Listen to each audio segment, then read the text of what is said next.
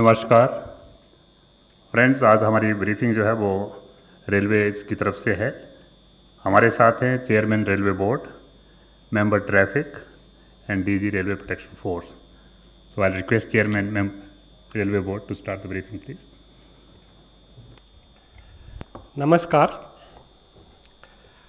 जैसा कि मैंने पिछली प्रेस ब्रीफिंग में बताया था कि 1 मई से श्रमिक स्पेशल ट्रेनें चलनी शुरू हुई थी और जो हमारे प्रवासी श्रमिक भाई बहन हैं उनको उनके गंतव्य स्थान तक पहुंचाने के लिए रेलवे ये ट्रेनें चला रही थी।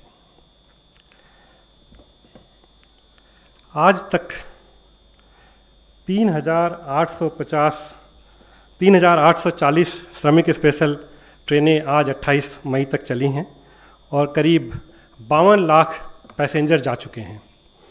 और अगर पिछले एक हफ्ते का अगर आप एवरेज देखें तो 1524 श्रमिक स्पेशल ट्रेन और करीब 20 लाख पैसेंजर एक हफ्ते में गए हैं। तो पिछला जो एक हफ्ता था उसमें हमने करीब 3 लाख प्रतिदिन के हिसाब से प्रवासी श्रमिक भाइयों और बहनों को उनको गंतव्य स्थान तक पहुंचाया। आज मैं आप लोगों के माध्यम से ये बताना चाहता हूं कि रेलवे ओरिजिनेटिंग स्टेट की जो भी डिमांड आ रही है उसके हिसाब से ये श्रमिक स्पेशल ट्रेनें प्रोवाइड कर रही हैं और धीरे धीरे ऐसा लग रहा है कि जो ओरिजिनेटिंग स्टेट के डिमांड्स हैं वो कम होने लगी हैं। अगर मैं आपको बताऊं तो कल 137 ट्रेनें चली हैं और परसों 172, जबकि भारतीय रेल ने इस दौरान एक दिन 279 ट्रेनें चलाई हैं। पिछले हफ्ते का जो हमारा एवरेज रहा है करीब 250 ट्रेनों का रहा है। तो पिछले 2 दिनों से ये संख्या घट रही है। 24 मई को हमने सारी राज्य सरकारों से बात करके एक उनकी जो रिक्वायरमेंट उस समय थी वो ली थी हमने। वो रिक्वायरमेंट करीब 923 ट्रेनों की थी।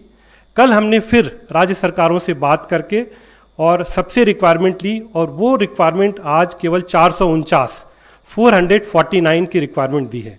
हमने सभी राज्य सरकारों से कहा है कि आप जब भी अपनी रिक्वायरमेंट देंगे उनके डिमांड के हिसाब से रेलवे तुरंत श्रमिक स्पेशल ट्रेन चलाने के लिए तैयार है। और हमने उनको ये भी कहा है कि इस समय जो भी आपने एक टेंटेटिव रिक्वायरमेंट दिया है उस रिक्वायरमेंट के अलावा भी अगर कोई एडिशनल रिक्वायरमेंट आती है तो आप हमें तुरंत बताएं और हम उस एडिशनल रिक्वायरमेंट को भी कैटर करेंगे। तो आपके माध्यम से जो मेरा मुख्य उद्देश्य आज आप लोगों के साथ बात करने का है वो ये है कि श्रमिक भाई बहन जहाँ भी हैं वो धैर्य से रहें और बहुत जल्दी जैसे ही ओरिजिनेटिंग स्टेट हमको अपनी रिक्वायरमेंट देगी उसी दिन हम ट्रेन शेड्यूल कर देंगे और नेक्स्ट डे वो ट्रेन चला देंगे। हमने ओरिजिनेटिंग स्टेट से ये अनुरोध किया है और उनके कंटिन्यूअस टच में हैं कि वो लोग वहाँ पे जो लोकल श्रमिक भाई बहन रह रहे हैं उन तक पहुँचें, उनसे बात करें, पब्लिसाइज करें और रजिस्ट्रेशन की प्रक्रिया सुगम करें और ये देखें कि जो भी श्रमिक भाई बहन अपने गंतव्य स्थान पे श्रमिक स्पेशल से जाना चाहते हैं उनका जल्दी से जल्दी रजिस्ट्रेशन हो और वो अपनी रिक्वायरमेंट हमको बताएं और इस तरह से हम तुरंत एक दिन के अंदर वो ट्रेन चला देंगे अगर जैसी रिक्वायरमेंट होगी। तो मेरा मुख्य उद्देश्य आप लोगों के माध्यम से श्रमिक भाई बहनों से यही अनुरोध करना था कि रेलवे पूरी तरह से तैयार है और आप लोगों को जल्दी से जल्दी अपने श्रमिक भाई बहनों को गंतव्य स्थान पे पहुंचाएंगे। ये हमने एक चार्ट पिछली बार भी दिखाया था जिसमें कि मुख्य मुद्दा ये है कि 80% जो हमारे श्रमिक भाई बहन गए हैं वो यूपी और बिहार में गए हैं। ये एक श्रमिक मूवमेंट का जो प्रोटोकॉल हमने बनाया था वो बहुत अच्छी तरह से काम कर रहा है और ये प्रोटोकॉल जो सक्सेसफुल हुआ है वो एक समन्वय के साथ भारतीय रेल, ओरिजिनेटिंग स्टेट और रिसीविंग स्टेट तीनों ने मिलके इतनी अच्छी तरह से समन्वय से काम किया है कि ये जो श्रमिक भाई बहन हैं इनको हमने अभी तक 52 लाख लोगों को हम लेके जा पाए हैं। इसमें एक मुद्दा उठता है खाने पीने की बात की। ये हम आपको बताना चाहते हैं कि एक ये समन्वय करके जहाँ से भी ट्रेन चल रही है ओरिजिनेटिंग स्टेट उनको खाना और पानी दे रहे हैं और en route railway, IRCTC division के लोग, कुछ स्वयंसेवी संस्थाएं खाना पानी दे रही हैं। ये हमने रेलवे में एक व्यवस्था की हुई है कि हर ट्रेन को हम मॉनिटरिंग कर रहे हैं ताकि उनको समय पे खाना पानी मिले, और जो डिवीज़न के लोग हैं, अपने लोकल लोग हैं, वो लोग भी वहाँ पे अपने जो भी रिसोर्सेज है उसको यूज करेंगे। मैं बस ये कहना चाहूँगा कि एक ये वैश्विक महामारी है, इस समय सबको काफ़ी दिक्कत है, और जैसा कि आपको पता है कि लॉकडाउन की स्थिति में बहुत सारे जो संस्थान हैं, जो हमारे किचन्स हैं, जो रेस्टोरेंट्स हैं, पूरे देश में वो बंद हैं। उनको रॉ मटेरियल चाहे सोर्स करना हो, चाहे वो खाद्य पदार्थ, बना हुआ खाद्य पदार्थ सोर्स करना हो, दिक्कतें हैं। लेकिन उस दिक्कतों को ध्यान में रखते हुए जो हमारे पूरे रेलवे के अधिकारीगण हैं, उन्होंने मिलके एक कोशिश की है कि जो श्रमिक भाई जो भी जा रहे हैं उनको समय पे खाना पानी दें। इस तरह की कुछ ज़रूर सूचनाएं आई कि कहीं पे समय से खाना नहीं मिला, समय से कुछ दिक्कत हुई। उन सबको हम एक तरह से ध्यान में रखते हुए जो भी हमें सूचनाएं आ रही हैं उसको एनालाइज करके हम कोशिश करते हैं कि अगले दिन उस तरह की कोई समस्या नहीं आए। और इस तरह से एक ये पूरी ओरिजिनेटिंग स्टेट, रिसीविंग स्टेट सबके साथ मिलके समन्वय से ये काम चल रहा है। और जो रिसीविंग स्टेट हैं वो जैसे ही वहाँ पे श्रमिक भाई बहन पहुँचते हैं, वहाँ की जो व्यवस्था है, खाने पीने की व्यवस्था हो, चाहे क्वारंटाइन की व्यवस्था हो, चाहे स्क्रीनिंग की व्यवस्था हो, चाहे वो उनको अपने घर तक ले जाने की व्यवस्था है, वो कर रहे हैं। यूपी और बिहार, जैसा कि मैंने बताया कि 80% से ज़्यादा लोग वहाँ पे गए हैं। वहाँ पे कुछ लोकल बसेज की समस्या थी, उनको उनके गंतव्य स्थान तक ले जाने के लिए। फिर हमने रिसीविंग स्टेट से ये बातचीत करके वहाँ पे लोकल ट्रेनें लगाई हैं, जो हमारी मेमू और डेमू ट्रेन होती है उसको हमने लगा रखी है, इस खास करके यूपी और बिहार में। और करीब 350 से ज़्यादा ट्रेनें चलाई जा चुकी हैं, ताकि जो श्रमिक भाई बहन हैं उनको जहाँ स्टेट में पहुँचे हैं तो उनको वहाँ से हम लेके जा पाएँ। ये जो ट्रेनें हमने चलाई वहाँ से, उसमें ओरिजिनेटिंग स्टेट पे सारी व्यवस्था ओरिजिनेटिंग स्टेट ने करी। उनकी स्क्रीनिंग की व्यवस्था, उनके मेडिकल कंडीशन की जो जांच थी उसकी व्यवस्था, उनके खाने पीने की व्यवस्था, उनको बसेज में लेके आए। और जो ट्रेनें थीं वो, अगर मैं नेक्स्ट स्लाइड पे जाऊं तो आपको ये बताना चाहता था कि चूँकि ओरिजिनेटिंग स्टेट पे बहुत सारी व्यवस्था उनको करनी पड़ती है, तो ज़्यादा ट्रेनें हमारी 14 बजे से 24, 2 बजे से 12 बजे मिडनाइट तक ज़्यादा ट्रेनें हम चला पाए। और जो सुबह के समय था, चूँकि उनको तैयारी में टाइम लगता था, सुबह के समय कम ट्रेनें चली। और जो एक ये वाला बैंड है 14 से 24 का, इसमें सबसे ज़्यादा ट्रेनें चली। और जो ट्रेनें हमने शुरू में प्लान की थी कि हर आधे घंटे पे चलाएंगे, वो हमको हर 5 मिनट 10 मिनट पे चलानी पड़ी। एक ये फिगर आपको बताना चाहता हूँ, क्योंकि काफ़ी इस तरह की रिपोर्ट्स आ रही हैं कि ट्रेनों को डाइवर्ट किया गया। इसमें देखिए 3 फेज में आपको देखने की ज़रूरत है। 1 से 19 मई के बीच में कोई भी ट्रेन डाइवर्ट नहीं हुई। फिर जो तीसरा फेज देखेंगे, 25 से 28 मई के बीच में कोई भी ट्रेन डाइवर्ट नहीं हुई। ये जो एक बीच का फेज है 20 से 24 मई, जो 20 से 24 मई का जो फेज है, जैसा मैंने आपको बताया कि स्टेट गवर्नमेंट से जैसे जैसे डिमांड आती थी, रेलवे ने पूरी कोशिश करी कि उस डिमांड को हम तुरंत मीट करें। अगर हम किसी स्टेट गवर्नमेंट ने आज हमको रिक्वायरमेंट दी, हमारी पूरी कोशिश होती थी कि कल उसके लिए हम ट्रेन चला पाएँ। जो ये 20 से 24 का जो बैंड देख रहे हैं, इसी बैंड में एक दिन 279 ट्रेन चली और बाकी 3 दिन भी 250 से ज़्यादा ट्रेन चली। एक दिन 265 चली, एक दिन 270 चली, ये रिक्वायरमेंट के हिसाब से। और ये जो ट्रेनें गईं उसमें 90% ट्रेनें, जो ये इस 20 से 24 का जो पीरियड है, 90% ट्रेनें ये यूपी और बिहार को गईं। तो ये जो 4 दिन का पीरियड ऐसा आया जिसमें कि जो यूपी और बिहार के जो नेटवर्क थे वो कंजेस्ट हो गए। सो मैं आप लोगों को बस ये बताना चाहता हूँ कि 3840 ट्रेनें, उसमें से केवल 71 ट्रेन, 1.8% ट्रेन, वो भी खाली 4 दिन के लिए हमने डाइवर्ट करी। और इसलिए करी कि उस दिन हम अपने जो स्टेट गवर्नमेंट्स की रिक्वायरमेंट थी उसको हम मीट विथ करना चाहते थे, और उस रिक्वायरमेंट मीट विथ करने के लिए हमको ज़्यादा ट्रेनें चलानी पड़ी। रूट नेटवर्क कंजेस्टेड हो गया, और उसको जो एक हम लोगों का स्ट्रेटजी होती है, जो एक स्टैंडर्ड प्रोटोकॉल होता है, उससे की। सो ये मैं आपके माध्यम से बताना चाहता हूँ कि जो डाइवर्ट की गई ट्रेनें बहुत ही कम की गई, 1.8% ऑफ 30 3840।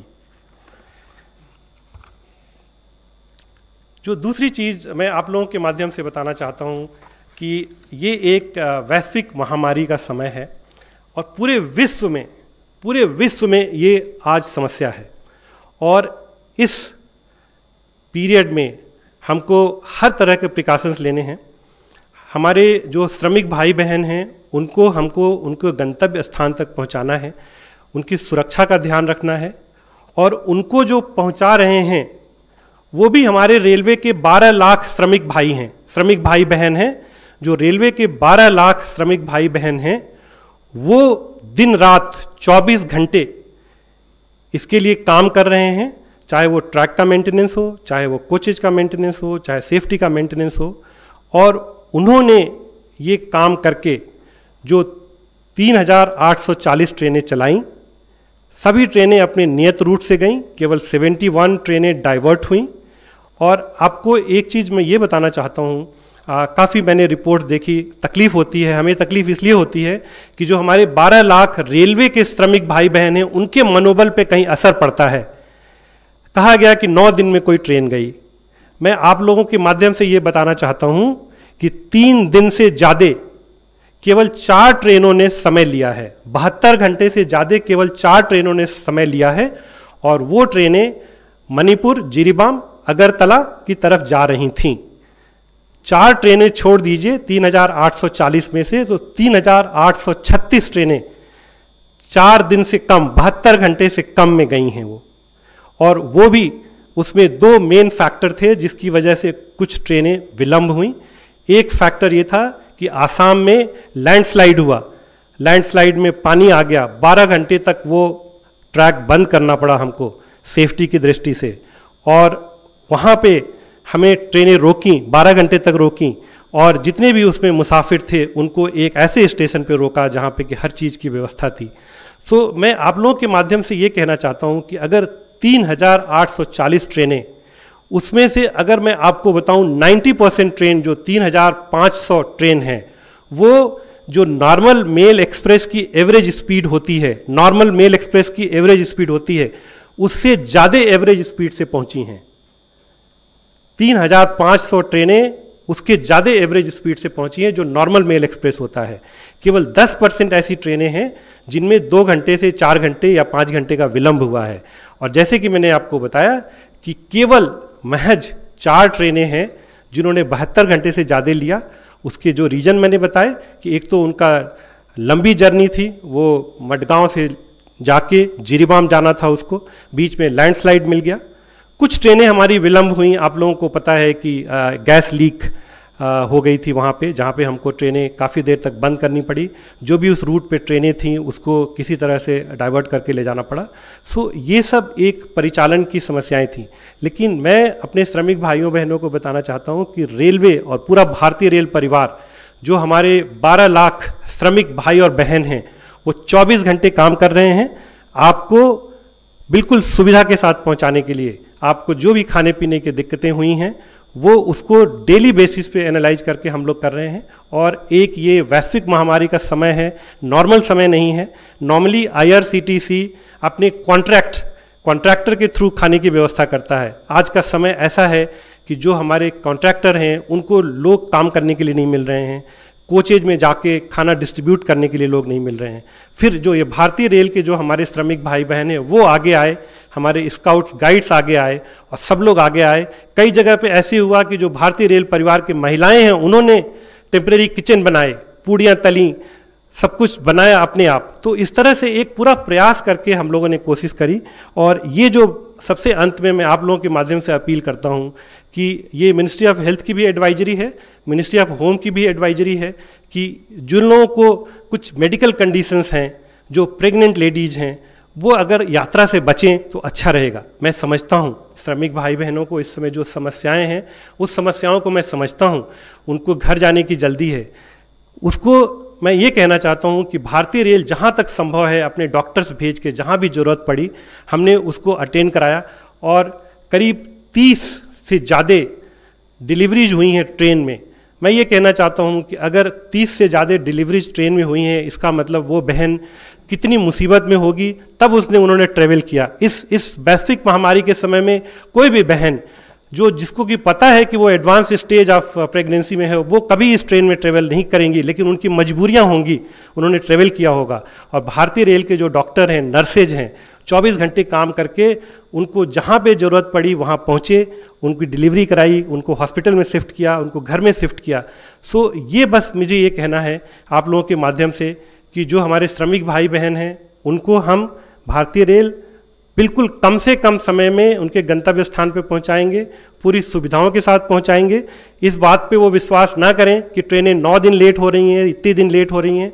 ट्रेनें बिल्कुल समय से चल रही हैं। और अगर ये 20 से 24 का पीरियड छोड़ दें, जिसमें कि थोड़ी सी ट्रेनें विलम्ब हुई, थोड़ा सा जो मेल एक्सप्रेस का एवरेज टाइम है उससे कम लगा, आज अगर देखें पिछले 24 के बाद से सारी ट्रेनें मेल एक्सप्रेस ट्रेन की एवरेज स्पीड से ज़्यादा जा रही हैं। 20 से पहले सुपर फास्ट ट्रेन की स्पीड से भी ज़्यादा ट्रेनें गई हैं। सो ये मैं सबको भरोसा दिलाना चाहता हूं, और इस भरोसे के साथ मैं एक बार फिर से श्रमिक भाई बहनों को बताना चाहता हूं कि भारतीय रेल कटिबद्ध है, कम से कम समय में आपको अपने गंतव्य स्थान तक पहुंचाएगी। Thank you. धन्यवाद सर। आई थिंक काफ़ी हद तक जो है हमारी इस समस्या का समाधान हो गया है। स्पेशल राजधानी और श्रमिक स्पेशल कंजेशन की वजह से हमें डाइवर्ट करनी पड़ी। What steps railway thinks could have been taken for a better operations? Is there any lesson in this particular project for the railways? That is general observation. जैसा कि मैंने बताया कि 3,840 ट्रेनों में से केवल 71 ट्रेन 1.8% हमने डाइवर्ट करी, और वो भी 20 से 24 के बीच में। और वो जो 20 से 24 के बीच में मैंने आपको बताया कि जो ओरिजिनेटिंग स्टेट की रिक्वायरमेंट्स थी, हमने कोशिश करी कि रिक्वायरमेंट आते ही उसको तुरंत नेक्स्ट डे हम उसको मीट विथ करें। और उस मीट विथ करने के चक्कर में यूपी बिहार में जो हमने ट्रेनें भेजी, रूट में कुछ कंजेशन हुआ। और जैसे ही रूट में कंजेशन हुआ, क्योंकि हमारे वरिष्ठ अधिकारी 24 घंटे उसको मॉनिटर कर रहे थे, सो एक समयबद्ध तरीके से उसको हमने डाइवर्ट किया जो डिफरेंट हमारे रूट्स थे। मैं फिर से दोहराना चाहता हूं कि 20 से पहले कोई भी ट्रेन डाइवर्ट नहीं हुई है, 24 के बाद कोई ट्रेन डाइवर्ट नहीं हुई है, केवल 1.8% ट्रेन डाइवर्ट हुई है। और जो ट्रेन डाइवर्ट हुई है वो रूट का ध्यान रखते हुए उसको डाइवर्ट किया गया ताकि सभी ट्रेनें समय पर पहुंच पाएं। 116।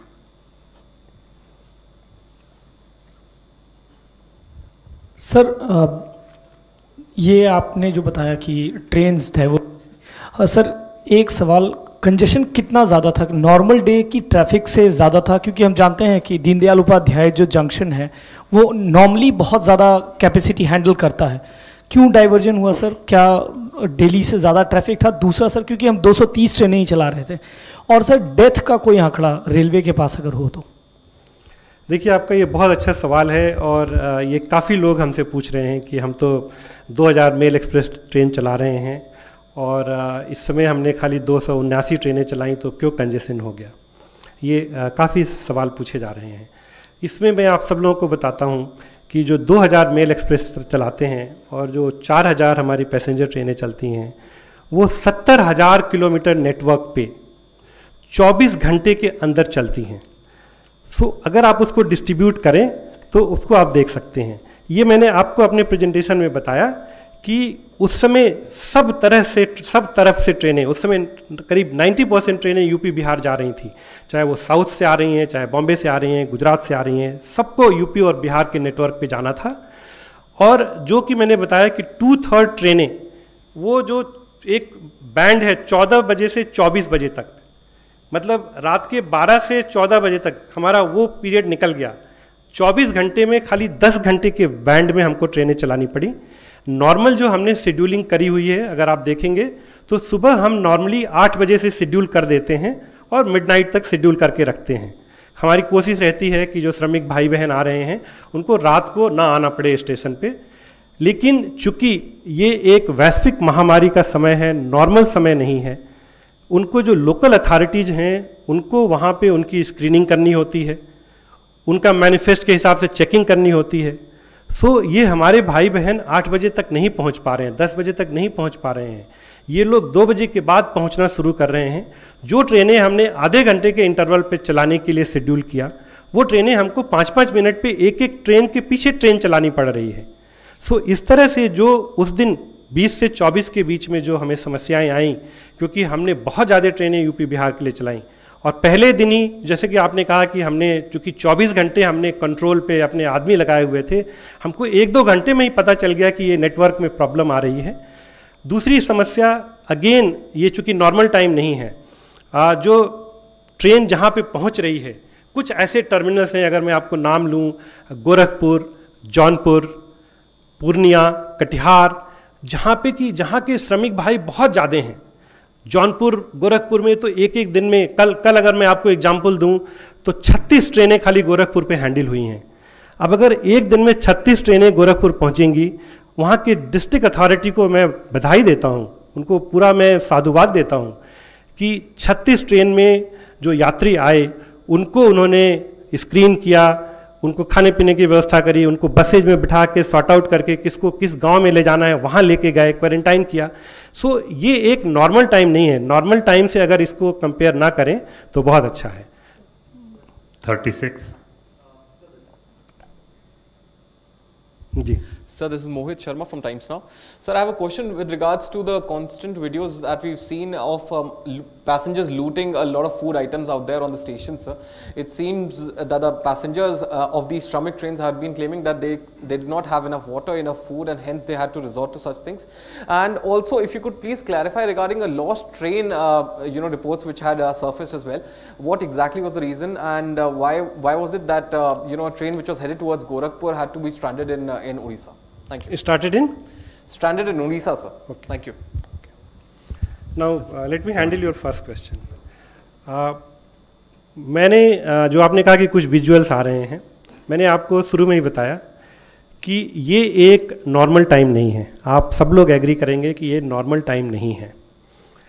एक ये बहुत बड़ी वैश्विक महामारी है, सबको अपने अपने प्रिकॉशन लेना है, और हमने समय के साथ लेसन लर्न किए।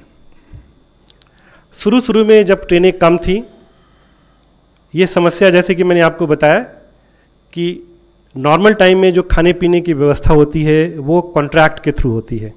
जो कैटरिंग कॉन्ट्रैक्ट IRCTC के होते हैं, जो कॉन्ट्रैक्टर के लोग होते हैं, वो खाना देते हैं। शुरू में जब हमने ट्रेन शुरू करी, कोरोना की वजह से कॉन्ट्रैक्टर के कई ऐसे लोग थे जो ट्रेन में जाके खाना डिस्ट्रीब्यूट नहीं करना चाहते थे। शुरू में कुछ दिनों तक ये सिस्टम चला कि अगर एक ट्रेन में 62 या 72 लोग हैं, शुरू में 54 लोग थे, बाद में 72 लोग थे, उससे 2-4 खाना एक्स्ट्रा रख के एक पैकेट बना के हम लोग वहाँ पे दे देते थे और आपस में लोग इसको बांट लेते थे। फिर कहीं कहीं ये इशूज उठे और वो हम लोगों ने भी वीडियो देखा कि अगर हमने कुछ 72 का पैकेट दे दिया तो कुछ श्रमिक भाई बहन, जो कि हम पूरी तरह से सहमत हैं, पूरी तरह से उनकी वेदना को समझते हैं कि वो आए हैं, उनको तकलीफ़ है, कुछ ऐसी चीज़ें हुई कोच के अंदर कि उस खाने को आपस में बांटने में कुछ समस्याएं आईं। उसके बाद से हमने जैसे जैसे ये सब चीज़ें हमको पता चलता रहा, फिर हमने स्ट्रेटजी बनाई। कुछ हमने स्काउट गाइड्स के लिए लोग लिए, कॉन्ट्रैक्टर के लोग जहाँ नहीं तैयार हो रहे थे अंदर जाने के लिए, जो हमारे भारतीय रेल के जो कर्मचारी हैं जो कमिटेड हैं हर चीज़ के लिए, उन्होंने मास्क लगा के, सील लगा के वो लोग गए कोचेज के अंदर डिस्ट्रीब्यूशन किया। सो ये जो एक फिर से मैं कहना चाहता हूँ कि जो 3840 ट्रेनें हमने चलाई, उसमें अगर हम देखें तो जो ये घटनाएं 1-2 आ रही हैं, महज 2 या 3% ट्रेनों में हुई हैं। 97, 98, 99%, 97, 98, 99% में ये सब बिल्कुल सुचारू रूप से चला है। ये एक फिर से मैं कहता हूँ, दोहराता हूँ, बार बार दोहराना पड़ रहा है कि एक ये नॉर्मल टाइम नहीं है, और इसमें जो भी हमको लेसन्स मिले उस लेसन्स को ध्यान में रखते हुए हम इसको ठीक करते गए। और अगर आपको मैं बताऊं कि अभी जो सिस्टम चल रहा है वो काफ़ी ठीक चल रहा है। सेकंड क्वेश्चन क्या था? वो मैं इसलिए नहीं आंसर कर रहा था कि मैंने अपने प्रेजेंटेशन में कर दिया था। ये आप सबसे अनुरोध है, मुझे सबसे अनुरोध है कि प्लीज़ इस कोरोना के समय में ऐसी रिपोर्टिंग ना करें जिसका कोई बेस ना हो। मैं तो यही कहूँगा कि फेक न्यूज़ है। फेक न्यूज़ इसलिए है, किसी ने कहा कि 9 दिन में सिवान ट्रेन पहुँची, वो ट्रेन 2 दिन से पहले पहुंच गई है, मेरे पास ट्रेन का नंबर और टाइमिंग है, आप में से जो लेना चाहें उसको ले लें। आप इस तरह से न्यूज़, फेक न्यूज़ देना बहुत ही गलत बात है। फिर किसी ने कहा कि वो ट्रेन भटक गई, रास्ता भटक गई। ऐसे थोड़े ना ट्रेन रास्ता भटक जाती है। आपको मैंने बोला कि 71 ट्रेन्स हैं जो 20 से 24 के बीच में थी। 3840 ट्रेनें अपने नियत रूट पे गई हैं। जो 71 ट्रेन 20 से 24 के बीच में जो 1.8% हैं, उनको हमने रूट्स डाइवर्ट किए, और रूट्स डाइवर्ट किए। जो बिहार की ट्रेनें थीं उनको हमने झारसीगुड़ा रूट से भेजा। झारसीगुड़ा रूट से जो जाती है ट्रेन वो वहीं से जाती है। यूपी की ट्रेनें ज़्यादा हो गई थी। जो नेबरिंग स्टेट थे, आपको पता है, अगर आप यूपी बिहार की ज्योग्राफी समझते हैं तो गोरखपुर को छपरा के थ्रू भी हम अप्रोच कर सकते हैं। कुछ ट्रेनें, जैसा कि मैंने आपको बताया कि गोरखपुर की सबसे ज़्यादा ट्रेनें थी, तो कुछ गोरखपुर की ट्रेनों को हमने छपरा होते हुए भेजा, झारसीगुड़ा से होके। ये सब एक टेक्निकल काम है जिसको कि हमारे कंट्रोलर्स ने बैठ के, और जो एक उस समय स्थिति थी उस स्थिति को ध्यान में रखते हुए ट्रेनों को डाइवर्ट करा। और जो मैंने आपको बताया, फिर से मैं दोहराता हूँ कि 9 दिन तो छोड़ दीजिए, केवल 4 ट्रेनें 4 दिन से ज़्यादा टाइम लगा है, जिसमें कि वो ट्रेन लैंडस्लाइड का 12 घंटे का इशू था। वो ट्रेन मडगांव से लेके वहाँ तक जा रही थी। बाकी सारी ट्रेनें, जो मैंने कहा कि 90% ट्रेनें अपने मेल एक्सप्रेस के जो एवरेज टाइम है, वो सब डेटा हमारे पास है, उससे गई हैं। और केवल 10% टाइम में 2 घंटे, 4 घंटे, 5 घंटे का डिले हुआ। तो ये बिल्कुल फेक न्यूज़ है कि कोई ट्रेन भटक गई, कोई ट्रेन उधर चली गई, 9 घंटे सिवान पहुंचने में लग गया। ये सब प्लीज़ हम आपसे अनुरोध करते हैं कि इस तरह के न्यूज़ ना दें, क्योंकि इस तरह के इक्के दुक्के न्यूज़ को लेके जो बात कही जा रही है वो ठीक नहीं है। और जो हमारे भारतीय रेल के 12 लाख श्रमिक भाई बहन 24 घंटे काम कर रहे हैं, उनको मनोबल को तोड़ने में ये सहायक होती है। तो मेरा आप सबसे हाथ जोड़ के अनुरोध है कि प्लीज़ इस तरह के फेक न्यूज़ प्लीज़ ना दें। 150। सर, मेरा सवाल है कि अब तक कितने लोगों की डेथ हुई है, क्योंकि इसको लेके औपचारिक तौर पे कुछ नहीं बताया गया है। कहीं से कुछ आंकड़ा आ रहा है, कहीं से कुछ आंकड़ा आ गया। अगर आप स्पष्ट कर देंगे तो ज़्यादा बेहतर रहेगा उसको रिपोर्ट करने को लेकर। और वजह को लेकर भी दलील दी गई कई बार कि बीमार थे या बाकी चीज़ें थी। अगर आपके पास कोई आंकड़ा हो, कितने लोगों की डेथ और वजह क्या रही है इन सब चीज़ों? देखिए, किसी की मृत्यु हो जाए उससे बढ़ के कोई तकलीफ़ नहीं है। और मैं सभी उन परिवार के साथ संवेदना व्यक्त करता हूं कि जिनके किसी परिवारजन की मृत्यु हो गई। इसके लिए हमें बहुत अफसोस है। और मैं बता रहा हूं कि भारतीय रेल का जो परिवार है उसका हर सदस्य को अफसोस है कि इस तरह की कोई समस्या आई। जैसा कि मैंने आपसे कहा कि ये हेल्थ मिनिस्ट्री की भी एडवाइजरी है, होम मिनिस्ट्री की भी एडवाइजरी है, और रेलवे ने भी एडवाइजरी दी हुई है कि कृपया अगर आपको कोई बीमारी पहले से है, या आपकी एज ज़्यादा है, या आप बहन कोई प्रेग्नेंट है, तो वो इसमें यात्रा ना करें। जहाँ तक मृत्यु के आंकड़े की बात है, मैं आपको ये बताना चाहूँगा कि भारतीय रेल सबसे पहले, अगर कहीं से भी कोई हमें सूचना मिलती है, तो हमारे भारतीय रेल के एक सिस्टम है, कंट्रोल का सिस्टम है। नियरेस्ट हॉस्पिटल बेस पे गाड़ी को रोक के और डॉक्टर वहाँ जाके पूरी तरह से उनकी जान बचाने की कोशिश करते हैं। और यही कारण है कि कई यात्रियों को डॉक्टरों ने जाके अटेंड किया, कई माताओं बहनों को, जैसा कि मैंने बोला, कि ट्रेन में डिलीवरी कराई, जैसे ही पता चला समय में जाके ट्रेन में डिलीवरी कराई 30। सो ये जो हमारे श्रमिक भाई बहन हैं, मैं समझ सकता हूँ जो इस समय विषम परिस्थिति है, इसमें ये स्टेज होते हुए भी उनको यात्रा करना पड़ रहा है। मेरा अनुरोध है कि वो लोग यात्रा ना करें। जो भी ये मृत्यु होती है, एक सेट प्रोटोकॉल है, इसमें जो लोकल स्टेट गवर्नमेंट की पुलिस जीआरपी इसको पूरा इन्वेस्टिगेट करती है, और उसमें जो मृत्यु का कारण है, क्या परिस्थिति है, इन सबको इन्वेस्टिगेट करती है। अब ये बिना इन्वेस्टिगेट किए हुए, मैंने देखा कुछ रिपोर्ट्स ऐसी आई कि भूख की वजह से मृत्यु हो गई। वो हमारे पास, हमने सारा एनालाइज किया, उन ट्रेनों में कोई खाने पीने की कमी नहीं थी। अगर 1500 भाई बहन जा रहे थे तो उसमें से 1499 भाई बहन बिल्कुल सकुशल अपनी जगह पहुंच गए। ट्रेनों में कुछ ऐसी जगह हुई कि कुछ मृत्यु हुई। आंकड़ा जहाँ तक है, ये आंकड़ा हम कंपाइल कर रहे हैं डिफरेंट स्टेट गवर्नमेंट से। इसमें कुछ मृत्यु ट्रेन में हुई है, कुछ मृत्यु ट्रेन में स्टेशन पे पहुंचने के बाद भी कुछ स्थिति ऐसी थी, डॉक्टर ने अटेंड किया, वहाँ मृत्यु हुई है। सो ये एक पूरा आंकड़ा और उसके क्या कारण थे वो हम लोग की एक पूरी इसकी एनालिसिस होती है, और ये मुझे पूरी उम्मीद है कि कुछ दिनों में ये पता चल जाएगा। जब आंकड़ा आएगा तो ज़रूर हमको बताएंगे, बट आज के समय में एक ये संवेदनशील विषय है और बिना सही आंकड़े के मैं कुछ नंबर देना ठीक नहीं समझता हूँ। 13. There is a process of screening before boarding the train. So can you tell us how many passengers were deported or debarred from boarding the train because of the symptom? देखिए, इसको मैं दो भाग में इसका जवाब देता हूँ। जो श्रमिक स्पेशल ट्रेन चल रही है उसमें जो प्रोटोकॉल बना हुआ है, उस प्रोटोकॉल में जो स्क्रीनिंग का काम है और एक सर्टिफिकेट जो ओरिजिनेटिंग स्टेट है वो अपने जहाँ भी उनको मजदूर भाइयों बहनों को इकट्ठा करते हैं उस कैंप में उसकी स्क्रीनिंग करते हैं, एक मैनिफेस्ट बनाते हैं और मैनिफेस्ट में वो एक सर्टिफिकेट देते हैं कि इनको फिजिशियन के द्वारा चेक कर लिया गया है और ये लोग एसिम्प्टोमेटिक है, और उस सर्टिफिकेट के बेसिस पे इनको यात्रा करने दी जाती है। तो वहाँ पे उनके कैंप में कितने लोगों को इस मैनिफेस्ट पे नहीं शामिल किया गया स्क्रीनिंग के बेसिस पे, ये आंकड़ा स्टेट गवर्नमेंट के पास होगा, रेलवे के पास नहीं होगा। जो हमने ये स्पेशल राजधानी ट्रेन चलाई थी, इसका जो हम स्क्रीनिंग कर रहे हैं ये हम रेलवे स्टेशन पे कर रहे हैं।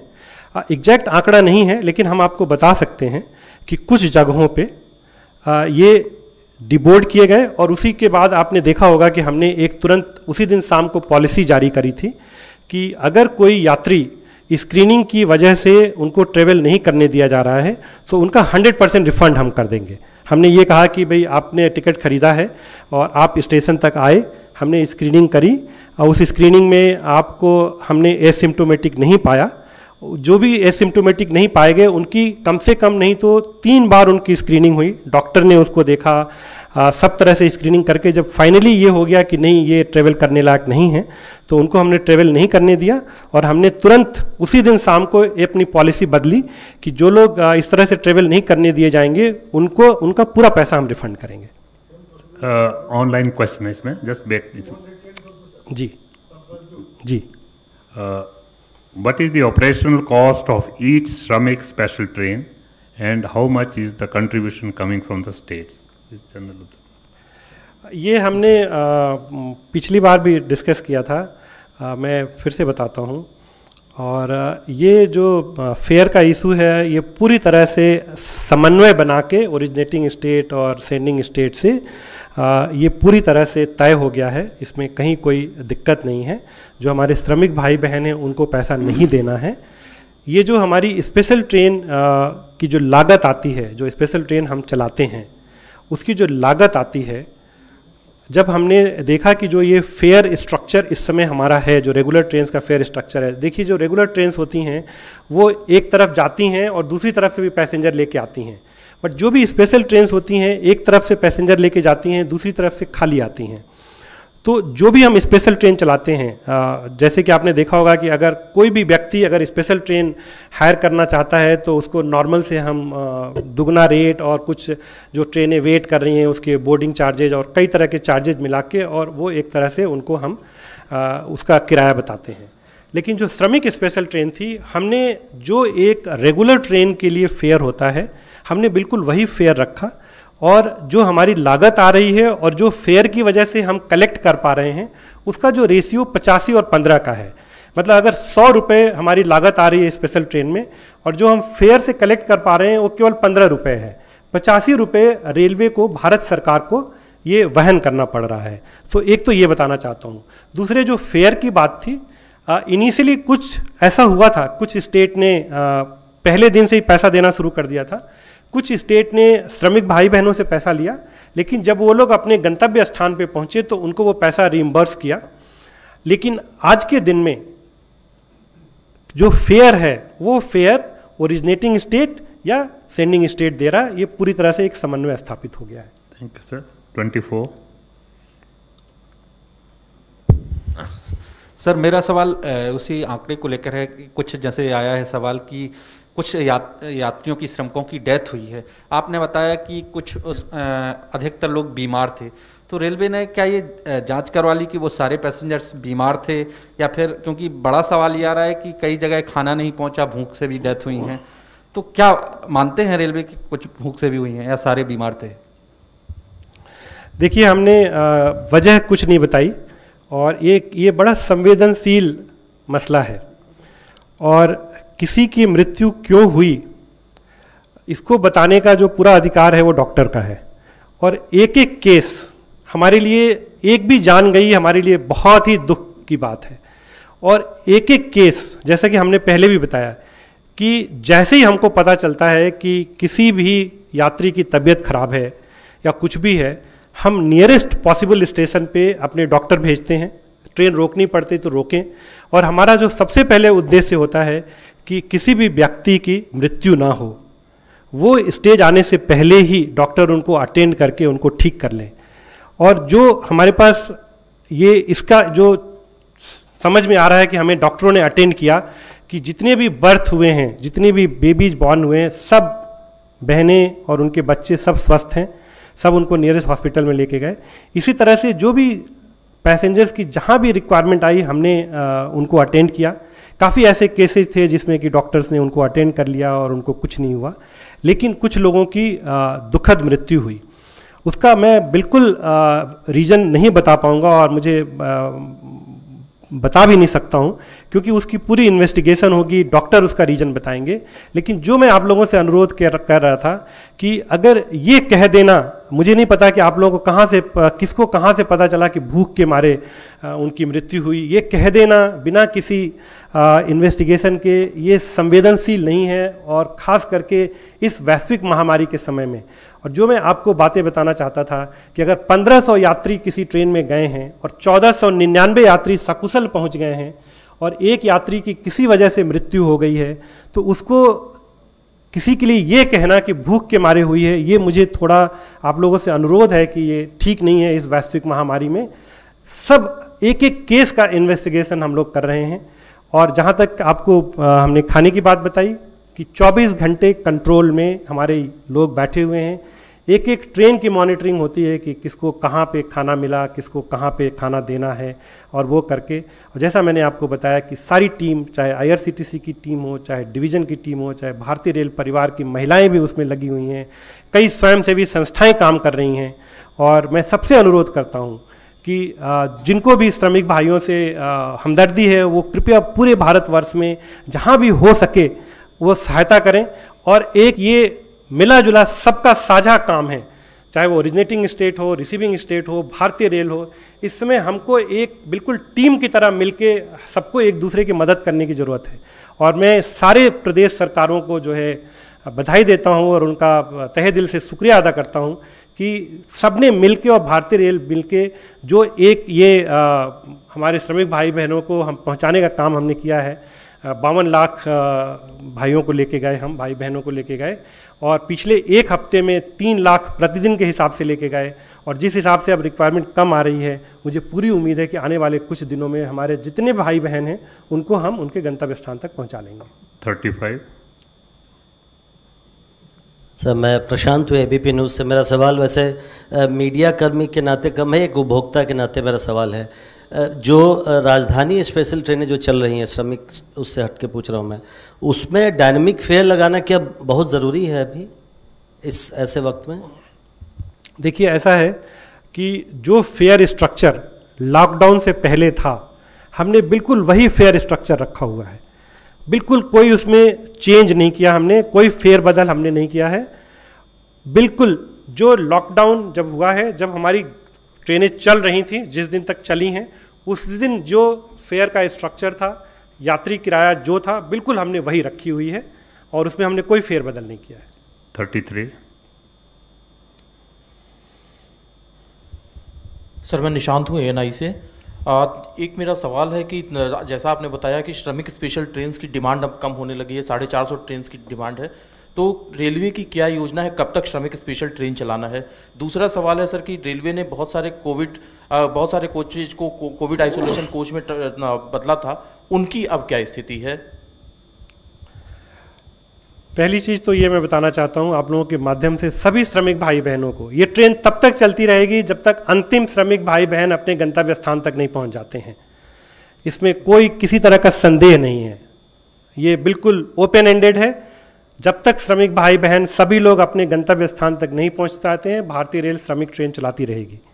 दूसरी चीज़ हमने आपको ये कहा कि जो भी रिक्वायरमेंट ओरिजिनेटिंग स्टेट से आएगी, हमारी पूरी कोशिश होगी कि हम उसको अगले दिन ही पूरी कर लें। और जैसे मैंने बताया कि हमने एक दिन में 279 ट्रेन तक चलाई है जब ये डिमांड बढ़ी हुई थी। और जैसे मैंने आपको बताया कि कल केवल 137 ट्रेन की डिमांड थी, उससे पहले खाली 173 ट्रेन की डिमांड थी। तो ये दर्शाता है कि इस समय हमारे पास जो डिमांड आएगी हम नेक्स्ट डे उसके लिए ट्रेन चला पाएंगे।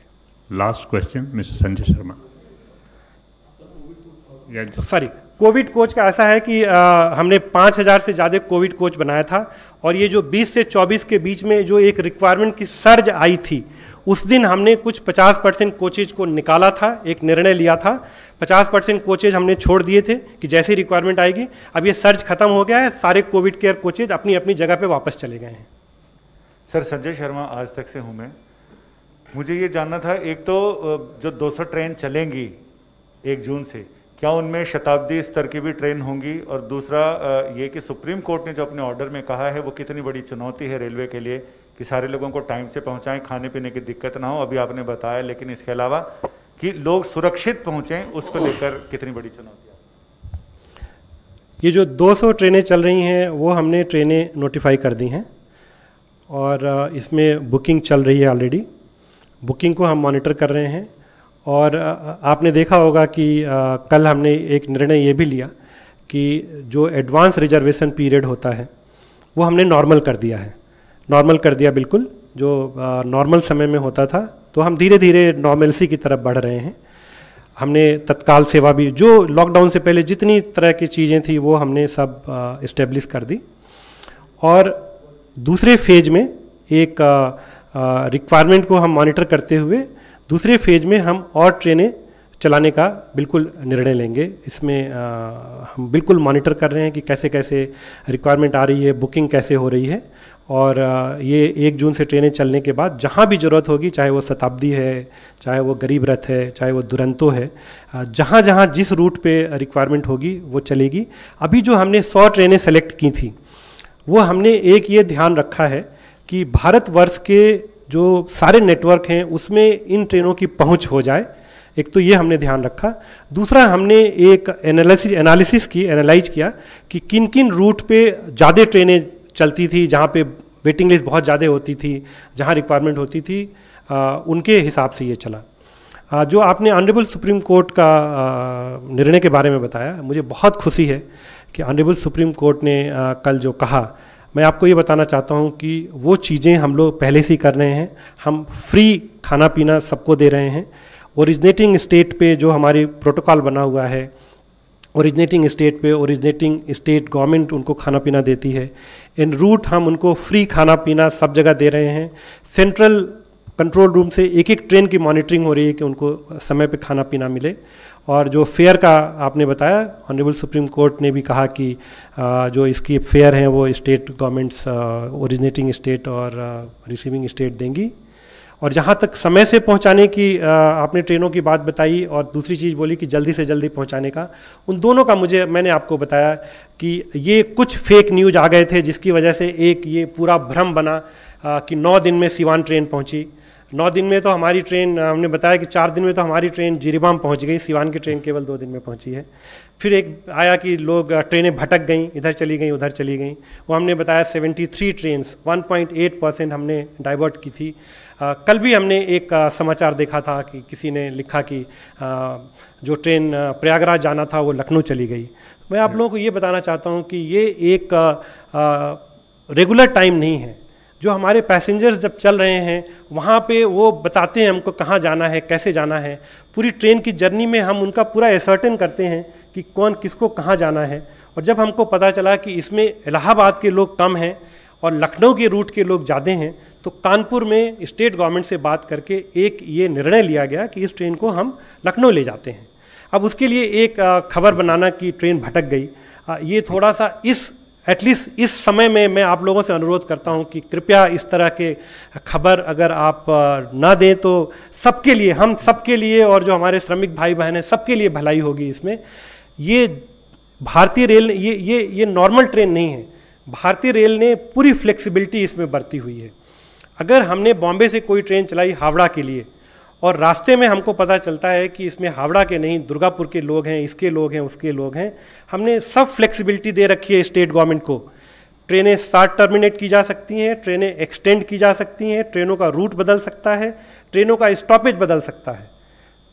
श्रमिक भाई बहनों के लिए जो भारतीय रेल को करना पड़ेगा वो हम करेंगे, लेकिन इन सब चीज़ों के लिए कृपया फिर से अनुरोध करता हूं कि इस तरह की खबर ना छापें कि ट्रेन भटक गई और ये हो गई। एक बहुत बड़ा प्रोटोकॉल होता है और कोई भी ट्रेन रास्ता नहीं भटक सकती है, ये मैं आप लोगों के माध्यम से बताना चाहता हूँ। धन्यवाद sir. Thank you so much. Thank you.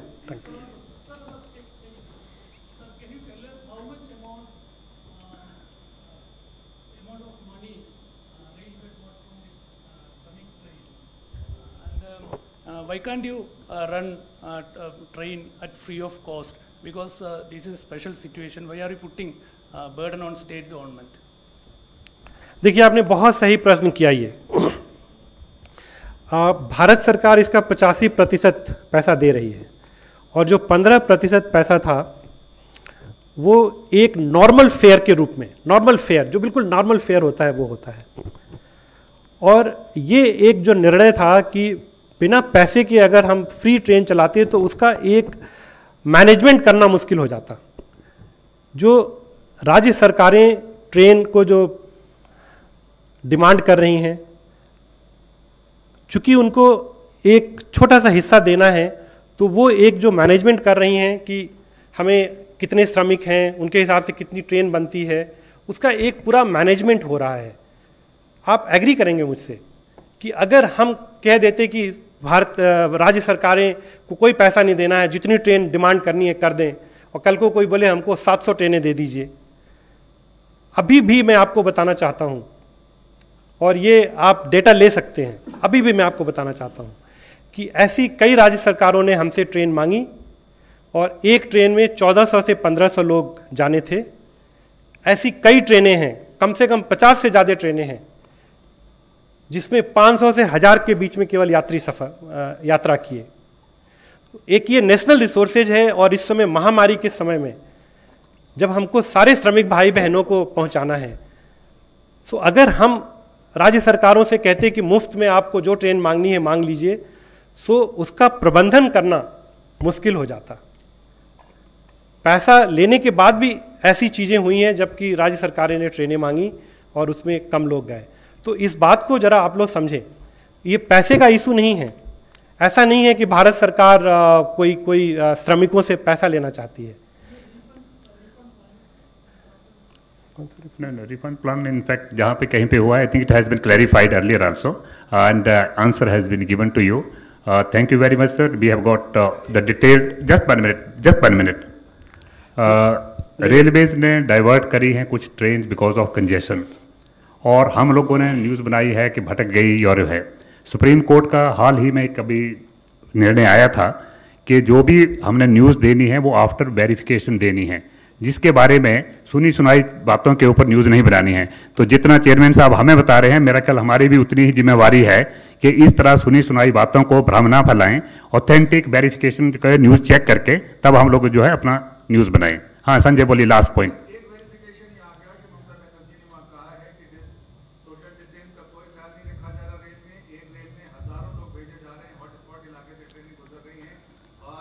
अभी देखिए, this is just WhatsApp message you are reading just now. This it has been taken note by the railway board and we will take care of that. Thank you very much. It has been explained to you very clearly and the details can be shared with you. Yeah, thank you very much. Thank you so much. So much, thank you. Latest बातम्यांचे अपडेटकरिता subscribe करा police diary न्यूजला आणि bell आयकॉनला दाबायला विसरू नका. बघत राहा पोलीस डायरी न्यूज. धन्यवाद.